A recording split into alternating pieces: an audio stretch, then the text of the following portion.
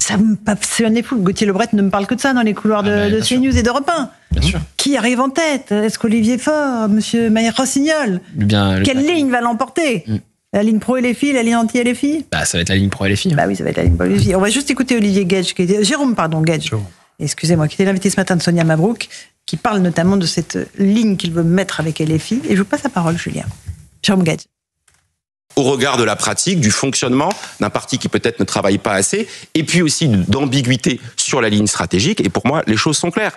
Plus aucun lien avec la France insoumise, ni aux élections municipales, ni aux élections présidentielles ou législatives. Il faut affirmer une autonomie et une identité socialiste. Et un échec pour Olivier Faure. C'est un des enjeux du deuxième vote qui aura lieu la semaine prochaine. Voilà, deuxième vote, mais pour l'instant, Julien Drey, c'est Olivier Faure carrément en tête. C'est sa ligne qui l'emporte. D'abord, il y a un constat qu'il faut faire, qui est le plus important d'après moi. C'est que ce parti n'est plus que l'ombre de lui-même. C'est un parti squelettique. Vous vous rendez compte que le nombre de votants, vous allez voir, est inférieur au nombre de gens qui votaient, par exemple, pour la gauche socialiste quand moi j'étais au Parti socialiste. Parce qu'on parle de combien? Parce qu'on a l'exemple avec les LR, là, tout récent, c'était 120 000 le corps électoral et 100 000 qui ont voté. Non, ils ont été 29 000 à peu près à voter. Ah oui. C'est-à-dire qu'en 2017, malgré la défaite, il reste encore presque 90 000 adhérents. Donc, vous voyez où on en est. C'est-à-dire, d'ailleurs, vous avez, quand on regarde les résultats, hier, des amis me transmettaient des résultats dans des fédérations, c'est même plus squelettique, c'est dans des cabines téléphoniques qui font les réunions, quoi. Voilà. Donc c'est ça le plus important pour moi, c'est ça d'abord. C'est que ce parti est squelettique. Et alors, évidemment, comme il est squelettique, la minorité, ceux qui tiennent ce qu'on appelle l'appareil, c'est-à-dire qui placent des permanents, qui distribuent quelques postes de députés européens ou je sais pas quoi, évidemment, ils ont un avantage par rapport aux autres. Donc, on a un parti qui est aujourd'hui totalement divisé en deux, parce qu'en fait, ils sont à touche à 200 voix près. Bon, il y a un faiseur de roi qui va être Boris Vallaud, mais qui, d'après moi, va plutôt aller du côté du sentiment, du côté d'Olivier Faure, malgré tout. Donc, en fait, on est dans une impasse totale. Gauthier Lebret, avec effectivement, comme toujours à la clé, est-ce qu'il y aura des accords avec LFI aux prochaines élections? Bien sûr, mais c'était déjà le cas. Nicolas Meyer-Rossignol, au précédent scrutin, était déjà porteur d'une ligne anti la France insoumise. Donc on prend les mêmes et on recommence. Olivier Faure, d'ailleurs, c'était très intéressant, n'a jamais dit. Il avait été interrogé sur France Inter sur le sujet. Est-ce que vous vous engagez à ne plus jamais faire d'alliance avec la France insoumise? Incapacité à répondre, une réponse brouillonne, bottant en touche. Alors la question, elle est double. Est-ce qu'il y a une alliance à la présidentielle? Une volonté, par exemple, de Marine Tondelier, patronne des écologistes, qui a été réélue triomphalement aussi, score de qui peut faire pâlir quelques dictateurs dans de mauvais. C'est-à-dire qu'elle a été réélue. En fait, c'est des fausses élections. Enfin, elle avait un score très important. Donc, elle est pour une candidature commune. Olivier Faure ne s'est jamais prononcé sur le sujet, mais est-ce qu'il serait prêt à faire aussi candidature commune avec la France insoumise, les écologistes et le PS dès la présidentielle, sans attendre les législatives? Et puis, qui pour incarner cette candidature commune? Parce que, évidemment, je vous pose la question. Jean-Luc Mélenchon est sur la ligne de départ, quoi qu'il arrive. Monsieur Mélenchon, c'est le candidat de la gauche, Julien Drey? Non, le résultat qui, s'il se confirme, parce qu'il y a un deuxième tour, il peut y avoir quelques petites sursauts, le match n'est pas encore totalement plié, il faut se battre jusqu'au bout, comme on dit. Mais s'il se confirmait qu'Olivier Faure était reconduit, c'est vrai que le grand vainqueur, c'est Jean-Luc Mélenchon, parce que moi, le scénario, je vais vous le donner, il est très simple. Il a ce qu'on appelle un sous-marin. Son sous-marin, il s'appelle Marine Tondelier. Donc on va faire d'abord la primaire du pauvre. C'est-à-dire la petite primaire, où ils vont désigner un candidat. Et comme ils auront le même programme sur le fond, Mélenchon dans la campagne électorale avec le talent qui est le sien, il va les avaler. Hamon, elle avait été la victime la dernière fois, Hidalgo pareil, et ça va se passer comme ça. C'est-à-dire, si le scénario continue comme ça, voilà. Donc, et Mélenchon sera le meilleur allié d'une droite dure au deuxième tour, parce que tout le monde ne voudra pas de Mélenchon, on aura peur, et donc on finira à 70-30. Bravo Mélenchon pour le travail qu'il a fait et qui est remarquable. Mais là, Martine Aubry, qui dit hier que oui, bien sûr, il y a un génocide en cours à Gaza, elle reprend le champ lexical de la France insoumise. Elle ne fait que reprendre ce que dit, comment il s'appelle, Olivier Faure, puisqu'il a repris dès lundi le champ lexical, vous avez raison, il n'y a plus rien qui les sépare. D'ailleurs Mélenchon, avec habileté, dit la gauche Trocadéro rejoint ma gauche à moi, etc. Donc on est dans une situation qui, du point de vue de la gauche, est catastrophique. Il faut être honnête. Bon, vous me direz, ça vient de loin, peut-être. On pouvait espérer peut-être un petit sursaut, mais dans un appareil aussi squelettique, ça avait été très difficile. La question qui est posée, c'est est-ce qu'il ne faut pas faire autre chose maintenant? Alors, notre parti. Oui. Allez, créez votre parti, Julien. Moi, j'ai plus forcément l'âge, mais la question doit être posée aux générations actuelles qui sont encore dans le parti socialiste. S'ils veulent rester encore minoritaires dans un parti à 30 000 adhérents, ils peuvent. Hein. Ils finiront avec une vieille barbe en disant « passe-toi le premier, passe-moi le second ». Voilà. La question est désormais posée parce que, en même temps, il y a besoin d'une gauche républicaine dans ce pays. On ne peut pas laisser la gauche à Jean-Luc Mélenchon. Alors que la droite républicaine se retrouve des forces. C'est ça. Et c'est ça le plus inquiétant. Julien, quand je vous entends... Alexandre. À la fin... Inquiétant, oui, ben alors... Mais ça va, le vous évoquez retrouve un inquiétant, peu... j'ai le droit d'être inquiet. Inquiet par Bruno Retailleau. Vous êtes J'ai le droit d'être inquiet politiquement, non? Ça existe. J'ai pas dit que c'était un fasciste. Moi, Julien, on se calme, hein, Geoffroy. Vous avez la double qualité d'avoir créé Jean-Luc Mélenchon et Emmanuel Macron. Non, moi, j'ai pas créé Jean-Luc. J'ai aucun lien de paternité avec Mélenchon. Vous avez vu d'ailleurs. Vous avez été son généalogiquement parlant. Pardon, mais. Non, j'étais le baron noir d'autre chose. Mais pas de Jean-Luc. Évidemment, vous connaissez pas votre histoire. Mais on va la refaire. Vous allez m'inviter à déjeuner comme vous m'avez promis. Et je vous referai point là-dessus. J'aime beaucoup Julien. Vraiment, je peux dire que je l'adore. En général, après, il y a la baffe qui vient derrière. Non, il n'y a pas de baffe, pas de violence. Mais vous avez contribué à la création de Mélenchon, puis d'Emmanuel Macron. Donc, par rapport à l'inquiétude, je veux bien que je sois très fort, mais.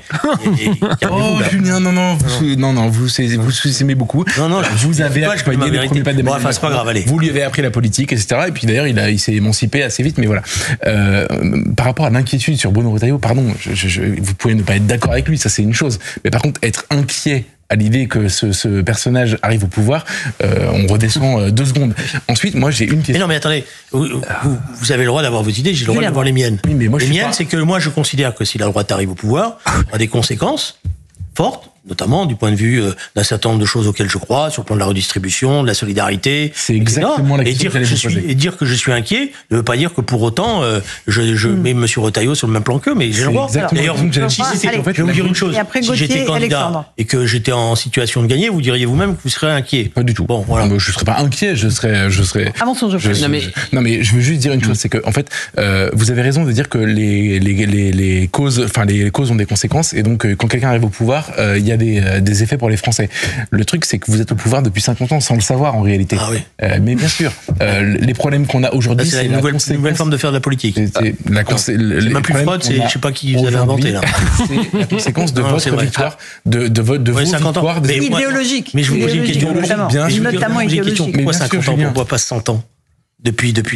C'est au point où on en est. Si vous me poussez un peu, je dirais 200 ans. Ouais, 200 ans, mais évidemment. Depuis la Révolution. En fait, la vérité, c'est depuis la Révolution française. Depuis que vous êtes devenu un fan de Monsieur de Villiers. Bien sûr. Mais vous passez tout le vendredi avec Philippe. Vous passez tout parce qu'il va vous répondre demain. D'accord, et alors? Allez, Gauthier. Tous les vendredis, je vous regarde. Dans ce duo. Vous êtes en état de béatitude devant lui. Mais vous avez raison, je nie pas. Allez, Gauthier Lebret. Vous disiez quand même, Julien, pour bien comprendre, vous pronostiquez un potentiel second tour RN-LFI. Moi, je sous-estime pas Jean-Luc Mélenchon. J'ai d'ailleurs fait un livre qui explique la logique idéologique, etc. et tout. Bon, moi, je n'ai pas fait la meute, mais j'ai fait autre chose. Je sous-estime pas le potentiel. Le potentiel, il est d'autant plus fort que vous avez compris le calcul qui a été fait, qui est un choix. Il a fait un calcul sociologique. Il est aujourd'hui, vous dites rien. Il y a des milliers. Et le RN a intérêt aussi à voir monter la France Insoumise. Des milliers de gens qui disent on n'est pas d'accord avec lui, mais c'est le seul à nous défendre. Voilà. Et donc, il joue à fond cette carte communautariste et ça fait un potentiel électoral qui est réel. D'ailleurs, vous voyez dans les sondages, malgré tout ce qui s'est passé, il reste quand même à 13-14%. Et dans une campagne électorale avec un peu avec ce qu'il sait faire, le talent, etc., il monte et il arrive. Là, la qualification, elle va être à 18-19. Bardella, Mélenchon, c'est possible. Oui, c'est possible. Je suis d'accord avec cette analyse, mais je vais me faire plaisir un peu. Tout ça manque pas de sel et d'ironie quand même. Les donneurs de leçons du Parti socialiste qui, pendant des années, ont diabolisé la droite quand elle simplement voulait dialoguer avec le RN. Hein. Je parle même pas du FN. Les grands donneurs de leçons morales aujourd'hui font alliance avec des antisémites radicaux, si vous voulez. Donc il y a un moment où l'histoire ne manque pas d'ironie, même si elle est tragique. Ensuite, Je pense que pour le PS, vouloir exister simplement en disant je suis contre Mélenchon, ce qui est le cas des adversaires d'Olivier Faure, ne suffit pas. En réalité, le problème du PS, c'est qu'ils ont plus de vision, plus de lead de personnalité charismatique. Julien en était une. Je suis en désaccord avec lui sur plein de choses, mais enfin c'est autre chose que Olivier Faure qui est à peu près personne. Merci. Donc si vous voulez, c'est un non-parti. C'est plus gentil que. C'est un non-parti. Donc c'est peut-être vous que. Et voilà. Bon, et donc votre question, ami, parce que le temps passe. Non mais j'ai dit l'essentiel. Rapidement. Non mais Alexandre a raison. Ce parti n'a pas travaillé depuis 2017, c'est-à-dire qu'il n'a à aucun moment fait ce qu'on avait fait dans d'autres périodes, c'est-à-dire fait des états généraux ouverts, chercher à discuter avec les gens qui sont à l'extérieur. Vous savez, aujourd'hui, les socialistes orphelins de parti, c'est par milliers que ça se compte. Voilà. Et au lieu de parler avec eux, d'essayer de réfléchir et donc de reconstruire, parce que c'est vrai qu'il y a un problème d'identité socialiste. C'est quoi être un socialiste dans ce monde actuel et dans cette mondialisation actuelle et dans cette Europe actuelle? Ce travail-là n'a jamais été fait. Et c'est pour ça d'ailleurs que quand on va avancer dans la présidentielle, s'il n'y a pas un bouleversement qui arrive, malheureusement, ça va être difficile, mais il faut essayer d'y travailler. Et ben ils se feront happer par Mélenchon sans problème. Bon, Gauthier, non, moi je pense que ce que dit Julien Drey est très intéressant et que je pense que c'est totalement possible que ça se termine en duel RN-LFI. Je pense même que c'est le sens de notre histoire moderne et de la polarisation du débat public en France. Édouard Tétrault. Moi, j'ai une certaine nostalgie du Parti Socialiste quand j'avais 20 ans, c'est-à-dire celui qui se confrontait à la réalité, le Parti Socialiste de Jean-Pierre Levade, le Parti Socialiste d'un Pierre Mauroy. Il y avait une générosité, il y avait une authenticité. On a fini par se vautrer dans quoi ? Dans l'aide à mourir. Ça, c'est là le Parti Socialiste quasiment vote comme un seul homme. On a presque envie de leur retourner la chose. L'aide à mourir, la redistribution. 700 milliards d'euros de redistribution, il en faut quoi? 800? Il en faut 1000? Dans un pays, il faut redistribuer quoi? 30, 40%? Non, c'est un astre mort qui malheureusement continue d'exister. On cherche l'héritier des Père Levade, des Mauroy. On pouvait l'espérer dans un Bernard Cazeneuve. Lui fait partie des très rares socialistes qui se confrontent à la réalité, qui essaient d'avancer avec une certaine humilité qui manque un peu... dans les autres rangs. Réquisitoire d'Édouard Tétrault. Vous avez le dernier mot, je veux dire. C'était un réquisitoire d'Édouard Tétrault. Non. Ouais, moi j'ai pas les mêmes figures que lui. Moi je pense à Mitterrand, je pense à Jospin. Voilà. Qui étaient quand même des figures pour moi aussi importantes, ce qui veut pas dire que Pierre Mauroy n'en était pas une. Moi je pense que la question qui est désormais posée à ceux qui regardent cette situation, c'est est-ce qu'ils vont avoir le courage de franchir le Rubicon, c'est-à-dire de sortir et de créer autre chose, et de prendre ce risque-là, c'est vrai, qui va être désagréable au début, parce que c'est jamais facile de créer une nouvelle force politique, mais le moment est venu. Bien, merci beaucoup Julien Drey, Geoffroy Lejeune, Gauthier Lebret, 100% politique. Absolument. On reviendra notamment sur l'agression de journalistes de Valeurs Actuelles et du collectif féministe et identitaire Némésis en marge d'une mobilisation pour les obligations de quitter le territoire français. Merci beaucoup pour cette ce très long teasing de votre émission. Édouard Tétrault à retrouver dans le JDI News. Alexandre Devecchio, merci à vous. Merci Laurence. Dans un instant, Christine Kelly sur CNews, Pierre Delevingne sur Europe 1. Bonne soirée à demain.